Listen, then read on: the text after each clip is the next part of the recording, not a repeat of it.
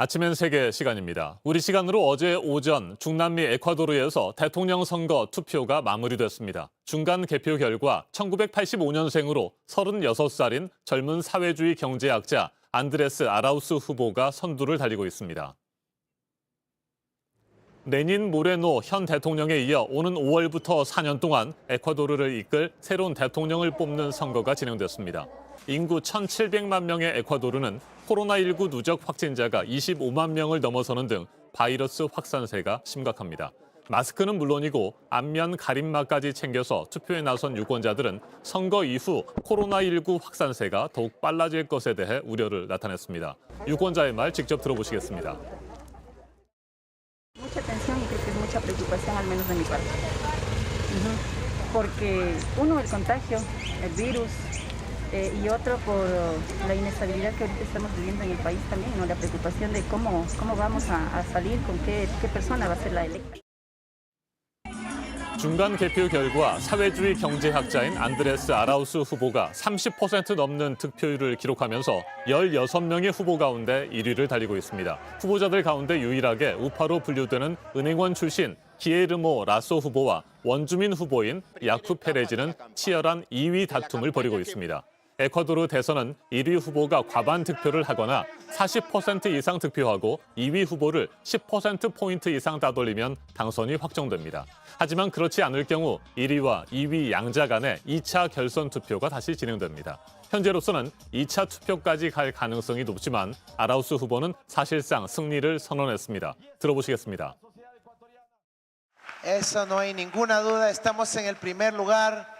Hemos recibido una votación abrumadora de distintas partes de nuestra patria. Como decía más temprano, es una victoria representativa de todo el territorio nacional. 에콰도르에서는 지난 2019년 레닌 모레노 정부가 유류 보조금 폐지를 비롯해 세금과 노동개혁 등 긴축 정책을 펼치자 이에 반발하는 반정부 시위가 격렬하게 펼쳐졌습니다. 지난해부터는 코로나19로 인한 경제적 충격도 매우 큽니다. 이 같은 상황에서 사회주의 노선을 지향하면서 100만 가구에 각 $1,000, 우리 돈으로 약 111만 원의 긴급 생활 자금을 지원하겠다고 약속한 아라우스 후보가 선두를 달리고 있는 것은 의미가 크다는 분석입니다. 아라우스 후보는 지난 2007년부터 2017년까지 장기 집권한 라파엘 코레아 전 대통령이 자신의 사회주의 정책을 계승할 후보로 낙점한 인물이기도 합니다. 전문가와 좀 더 자세하게 짚어보겠습니다. 임수진 대구가톨릭대 중남미 학부 교수 전화로 연결됐습니다. 교수님 안녕하십니까? 네, 안녕하십니까? 네, 에콰도르 대선 최종 집계는 아직까지 나오지 않았지만 개표가 거의 마무리된 것 같습니다.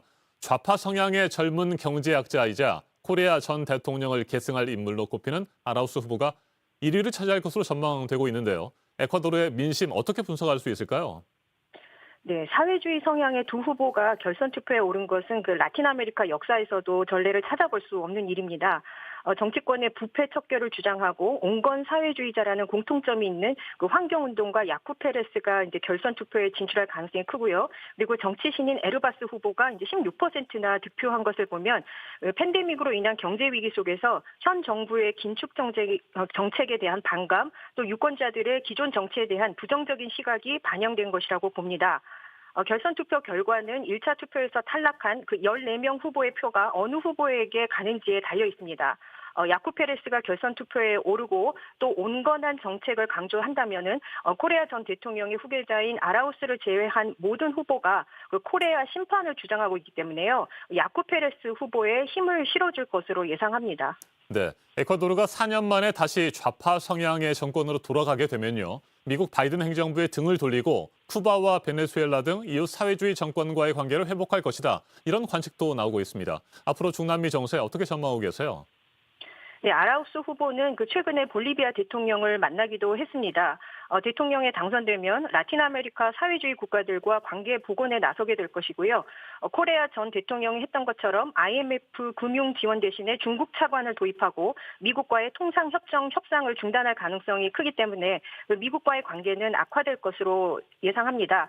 반면에 2위 그 야쿠 페레스 후보는 또 사회주의자이고 또 다국적 기업의 에콰도르 개발에 부정적 입장이긴 합니다만 인권과 환경이 정책 우선순위이고 또 대외 정책에서는 중국과의 거리를 두고 미국과의 협력을 강조하고 있기 때문에 바이든 행정부와는 또 새로운 협력 관계를 구축할 수 있을 것이라고 생각합니다. 알겠습니다. 임수진 대구 가톨릭대 중남미학부 교수였습니다.